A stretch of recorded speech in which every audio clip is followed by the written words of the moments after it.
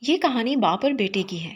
باپ کو اپنے بیٹے سے بے انتہا محبت تھی، لیکن اللہ کو ان باپ بیٹے کے لیے آزمائش کرنا منظور تھا۔ وہ جاننا چاہتا تھا کہ باپ کی محبت کہیں اللہ سے محبت پر غالب تو نہیں آ گئی۔ چنانچہ اللہ نے آزمائش کے لیے باپ بیٹے کو چن لیا۔ یہ باپ حضرت ابراہیم علیہ السلام اور بیٹا حضرت اسماعیل علیہ السلام تھے۔ آپ کو ایک دن خواب آیا کہ آپ حضرت اسماعیل علیہ السلام کو ذبح کر رہے ہیں۔ آپ یہ دیکھ کر پریشان ہو گئے۔ چنانچہ اگلے دن پھر یہی خواب آیا۔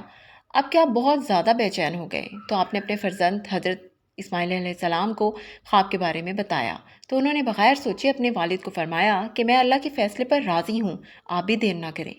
چنانچہ حضرت ابراہیم علیہ السلام نے اسی لمحے فیصلہ کر لیا۔ آپ نے حضرت اسماعیل علیہ السلام کو زمین پر لٹا دیا اور خود اپنی آنکھوں پر پٹی باندھ لی کہ کہیں اللہ کے حکم کے آگے باپ کی محبت غالب نہ آ جائے۔ چنانچہ آپ نے بیٹے کی گردن پر چھری رکھی۔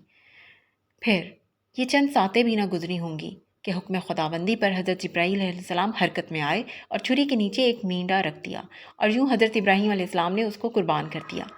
اللہ کو اپنے بندے کی یہ ادا اس قدر پسند آئی کہ اس کو تا قیامت تک ایک تہوار بنا دیا اور اس عمل کو قربانی کا نام دیا جو خالص اللہ کے بندے عید الاضحیٰ پر اللہ کے لیے کرتے ہیں۔